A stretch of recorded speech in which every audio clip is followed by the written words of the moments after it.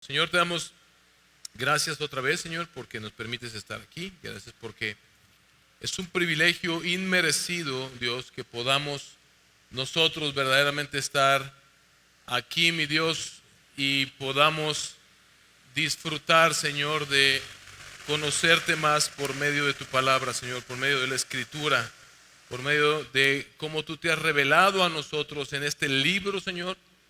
Somos gente del libro, somos gente que entendemos que el Dios, el único Dios creador de todo lo que existe, se reveló en este libro. Así que te pedimos que lo que vamos a aprender hoy de este libro, de tu palabra, Señor, verdaderamente forje en nosotros, Señor, las convicciones necesarias, que nos dé el conocimiento, pero no el conocimiento per se. No solamente información, sino que verdaderamente esa información baje al corazón por medio de tu Espíritu Santo, forme en nosotros las convicciones necesarias que nos lleven a amarte más a ti, Señor. Lo que queremos por medio de esto es conocerte más, confiar más en ti, amarte más, vivir para la gloria de tu nombre y que nuestras vidas sean beneficiadas por todo ello. Te lo suplicamos, hazlo en el nombre de Jesús, Señor. Amén y amén. ¿Se acuerdan del Chapulín Colorado? Él era un personaje que todos conocemos, que cuando alguien se encontraba en problemas y esa persona que estaba en problemas hacía la pregunta o grupo de personas, ¿y ahora quién podrá ayudarnos? Ahí aparecía el Chapulín Colorado. Lo curioso es que, al igual que yo hice en este momento, lo que en realidad ocurría con este personaje es que actuaba en maneras que al final complicaban más la situación. Si usted analiza bien lo que sucedía ahí, es que en realidad todo terminaba complicándose más con lo que hacía el Chapulín Colorado. Y al final no era él el que realmente terminaba resolviendo el problema, sino eran otras circunstancias. Algo así vamos a ver en el pasaje el día de hoy. Mis hermanos, hay algo bien natural en nosotros, que es que queremos hacer las cosas a nuestra manera. Cuando vemos una injusticia, cuando vemos un problema, cuando vemos una situación difícil, sentimos que tenemos que hacer algo y pensamos, yo lo resuelvo, como hice con el ventilador hace un momento. Yo sé qué hacer, no puedo quedarme sin actuar. Pero la pregunta es, ¿qué pasa cuando intentamos hacer la obra de Dios a nuestra manera? El título de este sermón es A mi manera. Este pasaje que vamos a ver el día de hoy nos recuerda, mis hermanos, y responde esta pregunta: ¿qué pasa cuando intentamos hacer la obra de Dios a nuestra manera? Pero no solamente eso, también nos enseña algo que va a definir todo lo que vamos a ver en el libro de Éxodo. Esta es como la segunda parte de la introducción al libro de Éxodo. Y lo que veremos hoy, esta verdad que aprenderemos, va a dominar todo lo que vamos a ver en Éxodo y de hecho en toda la Biblia. Define el mensaje central de toda la Escritura y es el siguiente: la salvación es del Señor, no del hombre. La salvación es del Señor, no del hombre. Hoy vamos a aprender dos cosas en este pasaje. Una por el lado espiritual y otra en el lado práctico para nuestras vidas. La verdad teológica que aprenderemos es que Dios es el que salva. Y lo que aprenderemos de manera práctica para nuestras vidas es: no trates de vivir como tu propio Salvador.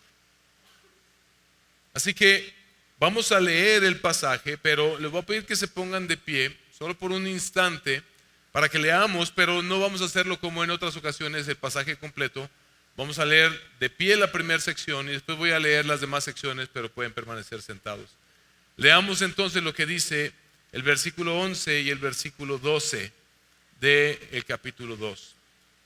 Dice así: en aquellos días, crecido ya Moisés, salió a donde sus hermanos y vio sus duros trabajos, vio a un egipcio golpeando a un hebreo, a uno de sus hermanos. Entonces miró alrededor y cuando vio que no había nadie, mató al egipcio y lo escondió en la arena. Puede tomar su lugar. El contexto inmediato lo sabemos. Venimos de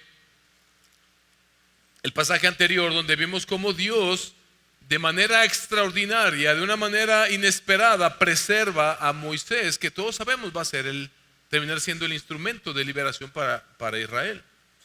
Pero este momento que estamos leyendo en este pasaje es algo bastante interesante, algo que sucede en medio. El texto nos presenta a Moisés ya adulto, en aquellos días crecido ya Moisés, dice el pasaje. Pero vemos que nos lo presenta no como un hombre indiferente, no como alguien cualquiera, o no como alguien que ya es completamente un egipcio, aunque hasta cierto punto lo es. Recuerden que fue adoptado por la familia real, por la hija de Faraón. Pero, ponga esto en su mente, no olvides que fue criado por su madre. ¿Ves la provisión tan especial del Señor? De tal forma que el niño fue criado por su propia verdadera madre hebrea.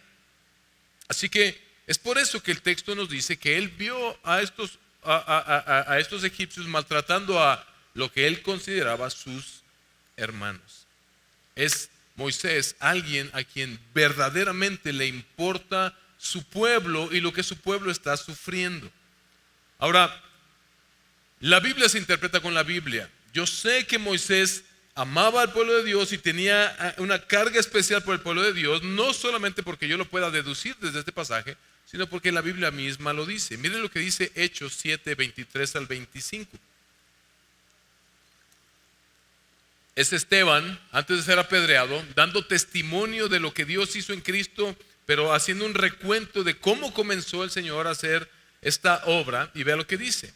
Pero cuando iba a cumplir la edad de 40 años, se refiere a Moisés, usted puede leer Hechos 7 completo después, él empieza a hablar de Moisés y dice, cuando iba a cumplir la edad de 40 años, entonces ya vemos cómo se salta el pasaje desde que es recuperado del río y luego es criado por su madre, pasan ahora 40 años. Y dice, pero cuando iba a cumplir la edad de 40 años, sintió en su corazón el deseo de visitar a sus hermanos, los hijos de Israel. Y al ver que uno de ellos era tratado injustamente, lo defendió, mire lo que dice, y vengó al oprimido matando al egipcio. Lo defendió y vengó al oprimido, es decir, él trató de hacer justicia. Pensaba, versículo 25, que sus hermanos entendían que Dios les estaba dando libertad por medio de él. Pero ellos no entendieron. Guarde esto ahí en su mente. También Hebreos capítulo 11, versículos 24 a 25, interpreta para nosotros qué fue lo que sucedió allí. Por la fe, Moisés, cuando ya era grande, rehusó ser llamado hijo de la hija de Faraón, escogiendo más bien ser maltratado con el pueblo de Dios que gozar de los placeres temporales del pecado. Así que Moisés era un hombre con esta carga por el pueblo de Dios y que ve lo que está sucediendo, cómo los están oprimiendo. Él ve la opresión y él siente compasión por el pueblo de Dios que está siendo oprimido. Y se identifica con el pueblo, los ve como sus hermanos. No olviden que fue él mismo el que escribió este libro. Y todo en el contexto que hemos visto nos lleva a pensar entonces hasta este punto, wow, este es el gallo. Este es el libertador. Tiene todo el perfil de un libertador. Parece que, imagínate que nunca has leído la historia o nunca has visto la película, en el peor de los casos, pero que es lo único que sabemos hasta este punto. Vamos llegando a este punto y dices, wow, este va a ser. Me gusta para héroe de la película. Tiene todas las características, él puede ser el libertador. Pero entonces, Moisés toma acción, según lo que leímos. Y el texto nos dice que él actuó premeditadamente. Algo que debemos evitar es pensar que eso fue algo del momento, que iba pasando y un egipcio está pegándole a un hebreo y él lo defiende y forcejean y y una cosa llevó a la otra, y como en las películas donde se empujaron, el egipcio cayó sobre una estaca que estaba ahí y murió. No, no fue así. El texto dice que él miró hacia ambos lados. Él premeditó esto. Él tomó el tiempo para pensar, para ver que nadie viera lo que él estaba haciendo. No fue algo intempestivo del momento, sino que él premeditadamente va y mata al egipcio. Puede ser, lo que sí podemos deducir por lo que leemos en la narrativa, es que imagínate la escena, o sea, está un egipcio golpeando a un hebreo, no sabemos, seguramente había más gente, tal vez él pudo haber seguido al egipcio y esperar el momento, viendo a todos lados, donde nadie estuviera observando, y entonces asesinarlo, porque hay una sorpresa más adelante que nos deja ver que él efectivamente pensó que nadie lo había visto. Pero él mata a este egipcio. Y hermanos, esto es clave, porque Moisés ve correctamente el problema. Él está viendo la opresión y lo que ve, lo ve con los ojos adecuados, lo ve correctamente, pero lo resuelve incorrectamente. Porque él actúa, toma acción en ese momento sin consultar a Dios. Tal vez alguien pudiera decir, pero bueno, es que es un egipcio, tal vez no tiene en cuenta a Dios. No, recuerda, él fue criado por su madre hebrea. Él seguramente conoce a este Dios, sabe de este Dios que prometió esto para su pueblo. Él actúa sin consultar a Dios, él actúa en secreto. Él actúa confiando en sí mismo. Estos son los errores que comete Moisés. Podemos ver 3 errores por lo menos. Número 1, se enfoca en la dificultad nada más. Este es el problema. La injusticia que él estaba viendo fue lo que dominó su manera de reaccionar. ¿Y cuántas veces tú y yo hacemos lo mismo? Y no siempre necesariamente con la injusticia, sino con circunstancias y cosas que suceden a nuestro alrededor o en nuestras propias vidas. Cuando alguien nos hace algo, cuando alguien no hace lo que nosotros queremos que haga, cuando alguien sentimos que nos está atacando o está haciendo algo en contra nuestra, cualquiera que sea la situación, muchas veces hacemos exactamente lo mismo. Vemos algo mal y en lugar de buscar a Dios, reaccionamos. Y reaccionamos en la carne. Esto es lo que yo quiero. Esto es lo que debe suceder. Esto es lo que yo pienso que debe pasar. Hay una película bien interesante que está basada en una historia de la vida real. Hasta el día de hoy vive este hombre que acabo de olvidar el nombre, pero luego se los paso, pero es conocido como Machine Gun Preacher, el predicador metralladora, algo así. Es un pastor de los Estados Unidos que después de un viaje misionero a Estados Unidos, a África, pudo ver la opresión de algunos pueblos que perseguían a los creyentes y mataban niños y mataban a los creyentes en las iglesias. Y él en una ocasión intentó defenderlos y lo logró. Y después él dedicó su vida a regresar a África cada vez hasta que él conformó más o menos una milicia allá y se dedica a venir a Estados Unidos a recaudar fondos para regresar allá con armas a enfrentar a estos grupos que están buscando matar a los cristianos. ¿Eso está bien o está mal?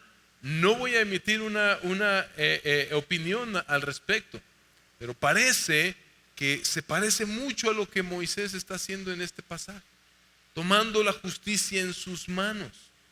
Y lo que vemos es que eso siempre acarrea más problemas.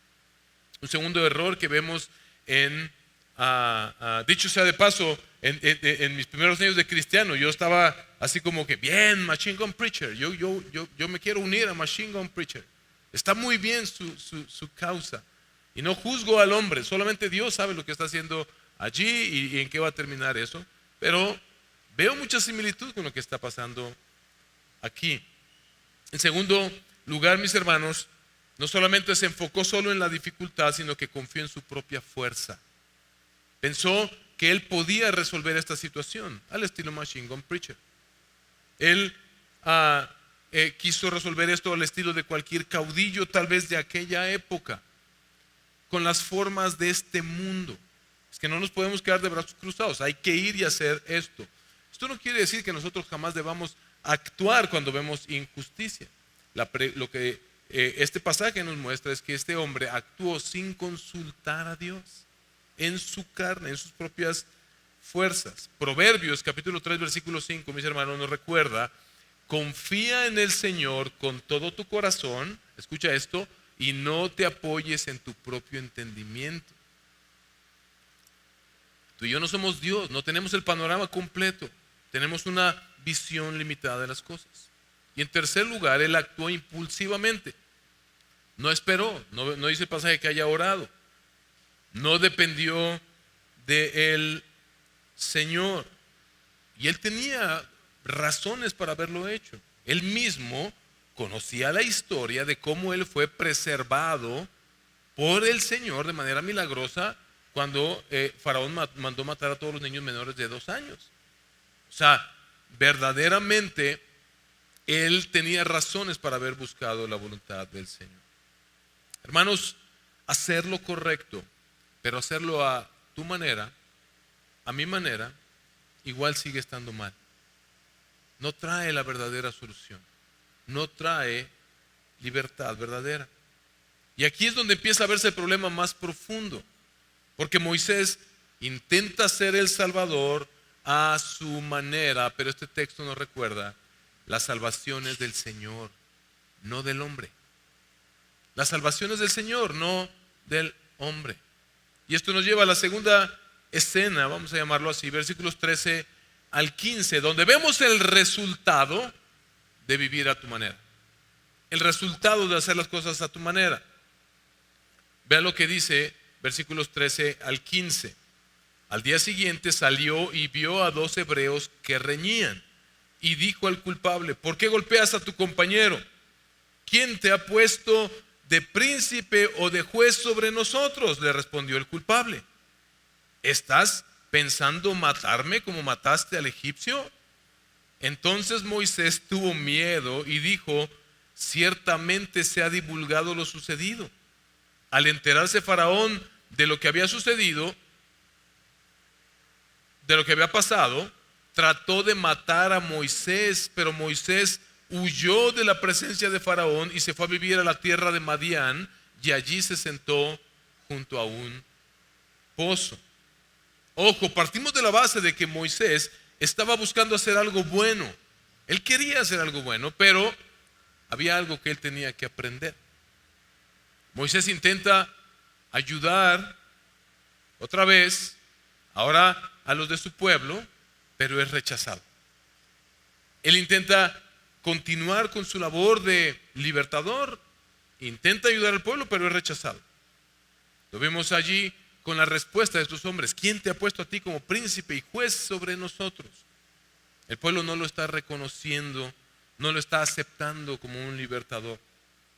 Ellos piensan, tal vez, este cuate, mató al egipcio, y aquí esto es penado gravemente. Seguramente las autoridades egipcias van a empezar a buscar al responsable. ¿Y quién es el más obvio responsable? Pues alguno de los hebreos, y se van a ensañar en contra de nosotros. Ellos estaban así como que: no nos ayudes, compadre. Es como: no estás haciendo nada bueno por nosotros. Esa fue la reacción de ellos. De hecho, más adelante vamos a ver cómo sí, la intervención de Moisés complica las cosas para el pueblo de Israel. Hechos capítulo 7, versículo 23 al versículo 25. Volvemos a leer, pero ahora enfocándonos en la última parte. Pero cuando iba a cumplir la edad de 40 años, sintió en su corazón el deseo de visitar a sus hermanos, los hijos de Israel, y al ver que uno de ellos era tratado injustamente, lo defendió y vengó al oprimido, matando al egipcio. Pensaba que sus hermanos entendían que Dios les estaba dando una libertad por medio de él. No estaba tan perdido el hombre. Él sacó sus conclusiones: Dios me preservó por algo, yo debo hacer algo. Pero ¿cuál fue el resultado? Dice al final: pero ellos no lo entendieron, fue rechazado. Imagínate la confusión en Moisés. Él tal vez en su mente tenía, oye, pues así se hace. O sea, él como líder de los egipcios tal vez conocía de la historia más atrás de él, de las batallas que se libraban alrededor, etcétera, y él sabía cómo se liberaban los pueblos y cómo surgían caudillos, revolucionarios, etcétera. El punto es que el libertador es rechazado, las cosas le están saliendo mal y después todo empeora, porque ahora Faraón quiere matarlo y Moisés tiene que huir al desierto, a la tierra de Madián. Y ahí Moisés ahora está en una posición bien difícil. Ve cómo se complican las cosas, porque ahora ya no tiene posición ni de un lado ni del otro. Ahora ya no tiene pueblo. ¿A cuál pueblo pertenece ahora? Ya no tiene dirección, ya no sabe a dónde ir. Se va al desierto y por lo menos se va a un pozo donde dice, bueno, aquí por lo menos para sobrevivir. Egipto ahora lo rechaza e Israel ahora lo rechaza. Parece que sus acciones lo complicaron todo. No pertenece a ningún lado, no es ni de aquí ni de allá como conocemos este título. Vemos el resultado, mis hermanos. Cuando hacemos las cosas a nuestra manera, nos perdemos. Complicamos las cosas. Hermanos, este pasaje es como un espejo en el que tú y yo nos podemos ver. ¿Cuántas veces tú has hecho lo mismo, hermano, hermana? Así somos. ¿Cuántas veces actuamos sin pensar? ¿Cuántas veces tomamos decisiones apresuradas? ¿Cuántas veces confiamos en nosotros, nuestro criterio, en lo que pensamos que se debe hacer en el momento? O peor aún, en lo que los hombres allá afuera nos dicen que debe hacer, lo que la cultura, lo que las redes sociales, lo que la influencia de este mundo te dice que debes hacer. Así, tú hazle así. Parece que Dios no está haciendo nada. Tú haz esto. Tú vive de esta manera. Pero eso siempre nos llevará a que terminemos frustrados, desubicados y confundidos. Sentados junto a un pozo, en el desierto, tal vez rascándonos la cabeza, diciendo, pues ya la regué toda.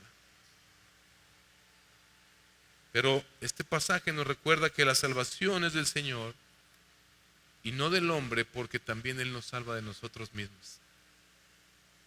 Eso me lleva a la siguiente sección, versículos 16 al 22. Dios te está formando aun cuando Él permite que seas quebrantado. Versículos 16 al 22, mira lo que dice. Y el sacerdote de Madián tenía 7 hijas, las cuales fueron a sacar agua y llenaron las pilas para dar de beber al rebaño de su padre. Muy semejante a lo que vimos con Isaac, lo que vimos con Jacob, el pozo, los rebaños. Entonces vinieron unos pastores y les echaron de allí a las hijas de este hombre, de las hijas del sacerdote de Madián. Entonces vinieron unos pastores y las echaron de allí, pero Moisés se levantó y las defendió y dio de beber a su rebaño. O sea, Moisés era todo un candidato para ser un libertador. Llega aquí a este lugar y ahí está todo frustrado y luego ve otra injusticia y dice, aquí no, yo tengo que actuar otra vez. Eso es bueno. Moisés no está descalificado por lo que hay en su corazón, sino porque hay algo que no está entendiendo. De eso se trata este pasaje. Porque él va y correctamente defiende a estas mujeres. Jóvenes, traten a las mujeres como deben ser tratadas. Hombres somos llamados a ser aquellos que somos guardianes de las mujeres, aquellos que cuidamos, que protegemos. Hoy el mundo en el que vivimos existe como está, hay tanta maldad, confusión, ideologías, etcétera, a falta de verdadera hombría. Este hombre hace lo correcto en ese momento. No se ve que el pasaje reproche que haya hecho eso. De hecho, da muy buen fruto, ahora sí. No obstante, nos muestra esto también que era fuerte. O sea, se enfrentó a varios pastores abusivos y luego le dio de beber a los animales de estas mujeres. O sea, tiene toda la pinta de un libertador, sí, pero no se trata del hombre. No se trata del hombre, la salvación es del Señor. Y este libertador necesitaba ser también libertado de esa manera de pensar, de que podía hacer las cosas a su manera. Versículo 16 al 22 estamos leyendo. Regreso al versículo 18. Cuando ellas volvieron a Reuel, su padre, que es el sacerdote de Madián, más adelante va a ser llamado Jetro, después explico cuál es la relación entre esto, pero es su padre, y este les preguntó: ¿por qué han vuelto tan pronto hoy? Un egipcio nos ha librado de mano de los pastores, respondieron ellas, y además nos sacó agua y dio de beber al rebaño. Y Reuel dijo a sus hijas: ¿y dónde está? ¿Por qué han dejado al hombre? Invítenlo a que coma algo. Mujeres, denle de comer a los hombres. Es decir, vemos que lo que Reuel está haciendo aquí, es decir, actúen en consecuencia de esto. Mira, este hombre, Reuel, muy al estilo tal vez de Labán, ¿se acuerdan? Él está diciendo: hey, este cuate es materia que nos puede servir aquí. O sea, no desperdiciemos a este hombre que está viniendo para acá. Denle de comer, invítenle algo. Moisés accedió a morar con aquel hombre, y éste le dio a su hija Séfora por mujer a Moisés. Ella dio a luz un hijo, y Moisés le puso por nombre Gersón, porque dijo: peregrino soy en tierra extranjera. Moisés llega entonces a Madián, y vemos que el ritmo de la narrativa ahora cambia. Lo anterior nos lo narró muy rápido, y pasó esto y esto y esto, y tuvo que huir, pero ahora aquí como que nos muestra algo en lo que la vida de Moisés no está tan emocionante. Todo se vuelve más lento aquí, más silencioso, más ordinario, más X. Pero este tiempo no era pérdida de tiempo. Parecía que lo único que Dios estaba dándole es como que la oportunidad de: bueno, ya mínimo cásate, ya la regaste, pero bueno, agarra mujer y pastorea rebaños. Nada de eso está mal, pero se ve aquí que hay algo con lo que Moisés está lidiando en todo este tiempo aquí. Porque al final dice que él tiene un hijo, versículo 22, mira lo que dice. Ella, Séfora, le dio un hijo, y Moisés le puso por nombre Gersón. Recuerda esta relación en la Biblia entre nombrar a los hijos conforme a la situación que están viviendo en el momento, ya sea con Dios o de sus vidas. Gersón, porque dijo: peregrino soy en tierra extranjera. Ahora él está como en esta tensión entre: híjole, ¿será que el Señor ya me desechó para siempre? La regué y ya no va a haber libertador. ¿O no era yo el libertador?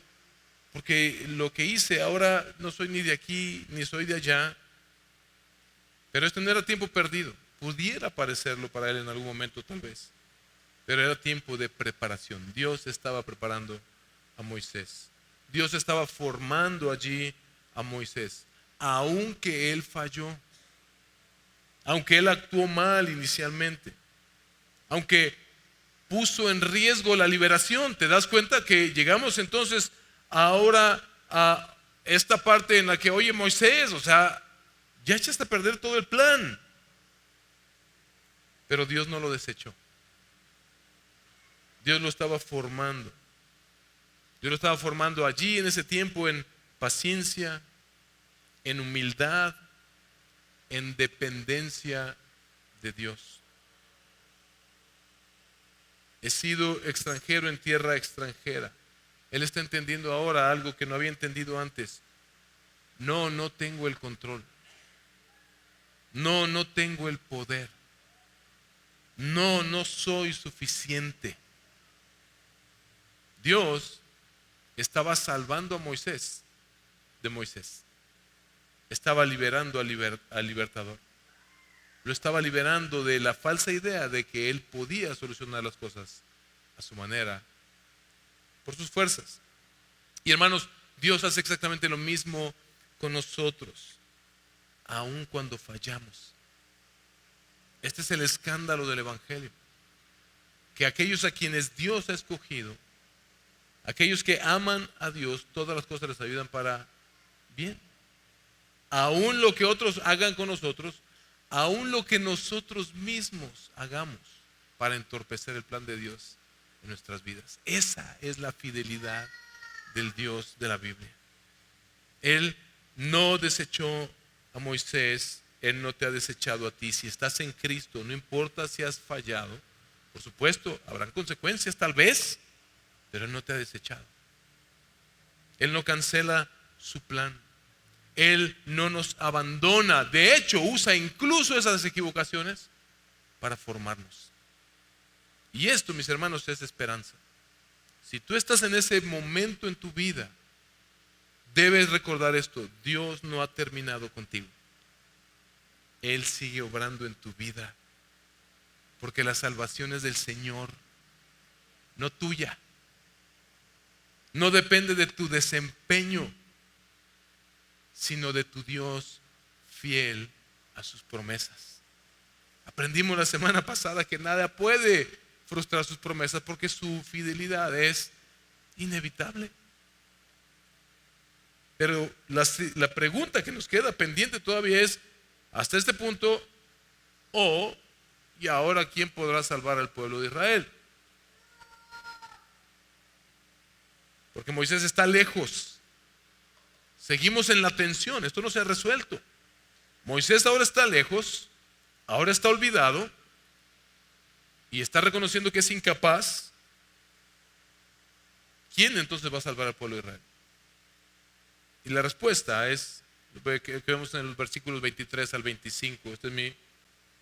Esta sección yo les he titulado: lo salvará Dios, el Dios que actúa a su manera. 23 al 25. Pasado mucho tiempo, murió el rey de Egipto. Los israelitas gemían a causa de la servidumbre. La tensión continúa y ha pasado bastante tiempo. Los israelitas gemían a causa de la servidumbre y clamaron. Escucha esto: su clamor subió a Dios a causa de su servidumbre. Dios oyó su gemido y se acordó de su pacto con Abraham, Isaac y Jacob. Escucha esto: Dios miró a los israelitas y los tuvo en cuenta. Dios miró a los israelitas y los tuvo él en cuenta. El texto nos está regresando a Egipto, a ese momento de tensión. El problema sigue, el pueblo sigue sufriendo. Eso es real, eso no ha desaparecido. El pueblo hace algo bueno, clama. Viste que el pueblo está clamando al Señor. Hoy te voy a explicar un poco acerca de la teología en esto, porque puede causar confusión para algunos. Pero el pueblo estaba clamando y estaba llorando, angustiados, porque el dolor es real, la opresión es real. No se trata tampoco de tapar el sol con un dedo, pero aparece Dios en la escena. Primero habíamos visto hasta este punto a Moisés obrar en sus fuerzas y las consecuencias negativas, pero ahora vemos a Dios aparecer de esta manera. Dios, vemos en el versículo 24 y 25, oyó. Dios se acordó, oyó el gemir del pueblo. Dios se acordó de su pacto con ellos. Dios los miró y Dios los tuvo en cuenta. Mis hermanos, Dios se acordó no significa que se había olvidado. Y aquí es donde ligo esto con la oración y el Dios se acordó, porque el pueblo estaba clamando al Señor, a aquel Dios que les dijeron que les había prometido que después de 400 años de esclavitud serían liberados. Ellos están clamando porque ya no aguantan más, y el Señor se acordó no porque hubiera olvidado. Cuando tú y yo oramos sobre la base de que Dios ha establecido un pacto con nosotros, y sobre la base de que Dios nunca se ha olvidado de nosotros. Lo que el texto quiere decir aquí no es como que a Dios se le había olvidado que había hecho un pacto con el pueblo.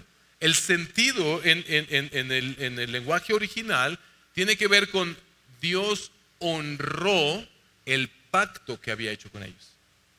Dios se acordó de su pacto. Dios decidió tomar acciones pertinentes conforme al pacto que Él había establecido con el pueblo. Pero los tiempos del Señor no son nuestros tiempos. Pasó mucho tiempo, sí, y mucho tiempo en sufrimiento, sí, pero Dios nunca olvidó. Dios a su tiempo actuó. Dios decidió actuar conforme a su pacto y conforme al plan que Él ya tiene para este pueblo. Lo vimos en Génesis. Él se los anunció, Génesis 15. Tu descendencia, le dice a Abraham, van a ser llevados esclavos por una gran nación, pero después de 400 años yo juzgaré a esa nación y voy a liberar al pueblo. Dios tiene un plan y Dios tiene sus tiempos.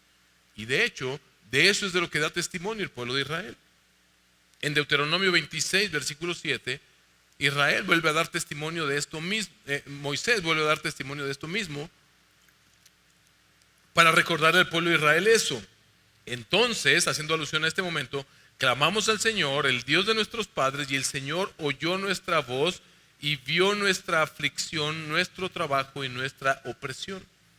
Ese es el lenguaje en el cual toda la Biblia nos muestra el carácter de Dios. Salmo 105, versículo 8, para siempre se ha acordado de su pacto. Esto es el salmista recordándole no al pueblo en el tiempo del éxodo, sino ya muchos años después, cuando están en el exilio por su desobediencia. Ya habían recibido la tierra prometida y la habían perdido por su desobediencia y fueron llevados cautivos a Babilonia, y les vuelve a recordar exactamente lo mismo. Para siempre se ha acordado de su pacto, de la palabra que ordenó a 1000 generaciones. Esta es la teología de este pasaje o de este tema. Salmo 106, 45, lo mismo. Y se acordó de su pacto por amor a ellos, y se arrepintió conforme a la grandeza de su misericordia. ¿De qué se arrepintió en ese momento del exilio? Del castigo que ya les había dado. No quiere decir que con esto que se arrepintió de haberlos castigado, sino llegó el momento en el que los quiso restaurar. Mis hermanos, lo que esto nos muestra es que la salvación no comienza con el hombre, no comienza con Moisés, comienza en Dios mismo, en el Dios que ve, que escucha, que recuerda. Este Dios estaba preparando a este libertador, porque si Moisés obraba en sus fuerzas, todo iba a fracasar, como de hecho fue así desde el inicio.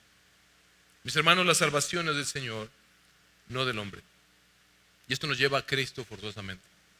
Porque, hermanos, este pasaje apunta a algo mucho mayor, algo más grande. Moisés intentó salvar en sus fuerzas, pero él falló.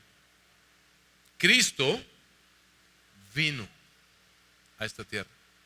Y es interesante que él proclamó ser el gran libertador que Dios había prometido. Y hasta el día de hoy hay gente que cuestiona si eso es verdad o no. El pueblo de Israel también rechazó a este Jesús. Y tú y yo tenemos que hacernos la pregunta responsable de: ¿es Jesús verdaderamente el Salvador que dice ser? O tal vez es otro libertador fracasado, como Moisés en ese momento de Éxodo 2. Nosotros debemos considerarlo. Hay un hecho que lo cambia todo. Porque, piénsalo, la cruz se ve como el fracaso de un libertador que no logró su cometido, sino que terminó muriendo en la cruz del Calvario.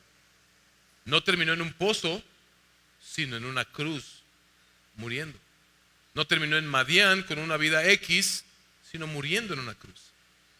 Pero resucitó de los muertos. Mis hermanos, así que el que cree en Jesús cree esto: que Dios ha honrado su pacto de redención, no con un pueblo solamente, con el pueblo de Israel, sino con la humanidad entera. Génesis 3:15.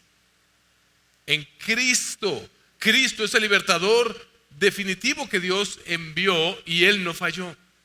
Porque Cristo no pecó, nos dice la Escritura en Hebreos. Cristo no actuó impulsivamente, no dependió de sí mismo. Él mismo lo dijo: no vine para hacer mi voluntad, sino la voluntad ¿de quién? Del Padre.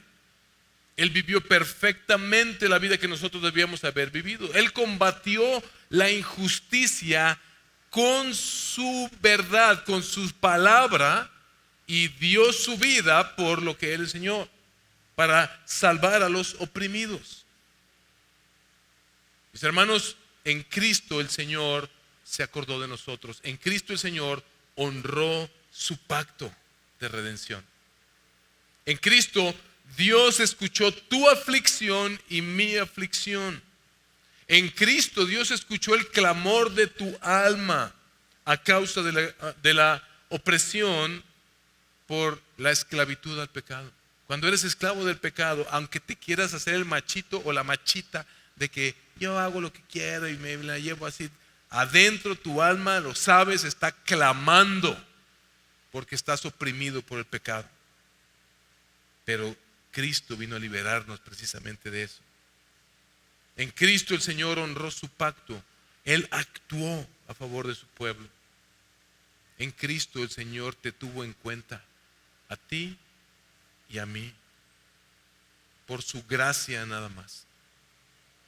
En términos de salvación, mis hermanos, las religiones hacen todo lo contrario que lo que Cristo hizo y el Evangelio nos muestra. La religión te dice, sálvate a tu manera. Tú puedes salvarte a ti mismo. Tú puedes ser tu redentor. Satanás usa esa mentira para que tú quieras vivir a tu manera. Sí, yo quiero salvarme, pero a mi manera, no como dice la Biblia. Pero la Biblia nos muestra claramente que la salvación es del Señor. Jesús tuvo la osadía de decir que Él es el Salvador de salvadores. Jesús en Lucas 4, 16 al 21, al inicio de su ministerio, llega a una sinagoga en Nazaret. Jesús llegó a Nazaret, donde había sido criado, y según su costumbre, entró en la sinagoga el día de reposo y se levantó a leer. Le dieron el libro del profeta Isaías, y abriendo el libro halló el lugar donde estaba escrito, Isaías 6. El Espíritu del Señor, ve lo que leyó, está sobre mí, porque me ha ungido para anunciar el evangelio a los pobres. Me ha enviado para proclamar libertad a los cautivos y la recuperación de la vista a los ciegos, para poner en libertad a los oprimidos, para proclamar el año favorable del Señor. Es un lenguaje muy similar a lo que vimos en el pasaje en Éxodo 2. Cerrando el libro, dice el versículo 20, lo devolvió al asistente y se sentó, y los ojos de todos en la sinagoga estaban fijos en él, y comenzó a decirles, hoy se ha cumplido esta escritura que han oído. Jesús tuvo la osadía de decir, ha llegado el libertador de libertadores. Y todos sabemos cómo reaccionaron unos y cómo reaccionaron otros. Unos creyeron y otros lo rechazaron. ¿Quién te ha puesto a ti como juez y autoridad encima de nosotros y príncipe sobre nosotros? Recuerden en Marcos 12, cuando Jesús llega al templo, ¿qué es lo que cómo lo confrontan los líderes religiosos? ¿Con qué autoridades haces estas cosas que tú estás haciendo? Mis hermanos, sabemos que Jesús es el libertador perfecto que Él dijo ser, porque Dios lo levantó de los muertos, como dije hace un momento. Y si eso es verdad, tú no te puedes salvar en tus propias fuerzas. No hay otra religión en el mundo que te pueda dar salvación y vida eterna en términos espirituales. Si esto es verdad, solamente Jesús puede salvarte. Si tú estás aquí el día de hoy y no has entregado tu vida al Señor Jesucristo, ten en cuenta esto: vas a enfrentar al juez, al Dios que va a juzgar a los vivos y a los muertos. Un día tú vas a morir. Todos somos valientes hasta que la cucaracha vuela, hasta ese día en que enfrentamos a la muerte cara a cara. Eso es una realidad para ti y para mí. Y ese día vas a enfrentar el juicio de Dios para salvación y vida eterna o para condenación eterna. Y lo que nos dice la Escritura, Hechos 4:12, en ningún otro hay salvación, porque no hay otro nombre bajo el cielo dado a los hombres en el cual podamos ser salvos. ¿Vas a aceptar al libertador de tu alma o lo vas a rechazar? Porque este no es un libertador que falló, sino que efectivamente cumplió el plan de redención del Señor. Y en Cristo se cumple lo que Isaías también anunció en capítulo 41, versículo 13. Porque yo soy el Señor tu Dios que sostiene tu diestra, que te dice: no temas, yo te ayudaré. No dice: ayúdate que yo te ayudaré. Dice: confía en mí, la salvación está en mí. Yo soy el que te puede ayudar. Yo soy el que te puede libertar de la esclavitud al pecado, darte la vida eterna y por lo tanto ayudarte en cualquier circunstancia menor en esta vida. La salvación no depende del hombre, mis hermanos, depende de Dios en Cristo. Póngase de pie, por favor. La salvación no depende del hombre, no depende de ti. No trates de ser tu propio salvador. Renuncia a la equivocada idea de que tú puedes llegar a Dios por tus propios méritos, en tus propias formas. Solo Cristo puede darte salvación y vida eterna, porque Él es el verdadero y mejor libertador. La salvación es del Señor, no del hombre, y esto trae descanso a nuestras vidas. Y esta es nuestra confianza entonces. Romanos 8:32. Si Jesús es el Salvador que dijo que es, podemos creer entonces esto. Romanos 8:32. El que no negó ni a su propio Hijo, Dios, sino que lo entregó por todos nosotros para libertarnos, ¿cómo no nos dará también junto con Él todas las cosas? Esto te libra de andar actuando como chapulín colorado. La pregunta que va a venir a tu vida: ¿y ahora quién podrá salvarme de esta? ¿Y quién me va a sacar de esta situación? La respuesta la vas a saber todo el tiempo. El Señor, que se entregó a su Hijo Jesucristo para salvarme eternamente, para salvar mi alma, ¿cómo no me salvará de esta situación también? Hermanos, esto nos deja con algo muy claro en términos de nuestra vida cotidiana entonces. Cuando enfrentas problemas hay dos caminos: a mi manera, impulsivamente, confiando en mí mismo, tratando de controlar todo yo, o a la manera de Dios, confiando, esperando, obedeciendo al Señor. ¿Cómo estás viviendo tú hoy, en este momento? Si has vivido a tu manera, en términos espirituales hablo ahora, si tú has estado tratando de alcanzar tu salvación por tus propios méritos, renuncia a ello. Si has estado tratando de salvarte a ti mismo, vas a llegar un día al pozo, a sentarte frustrado, rascándote la cabeza por no haber logrado absolutamente nada. Pero hoy el Señor te ha mostrado que hay un verdadero libertador de tu alma, ese es Jesús. Entrégale tu vida a Él, descansa en Él, haz las cosas a su manera y recibirás la vida eterna. Arrepiéntete de tus pecados y entrégale tu vida al Señor Jesucristo.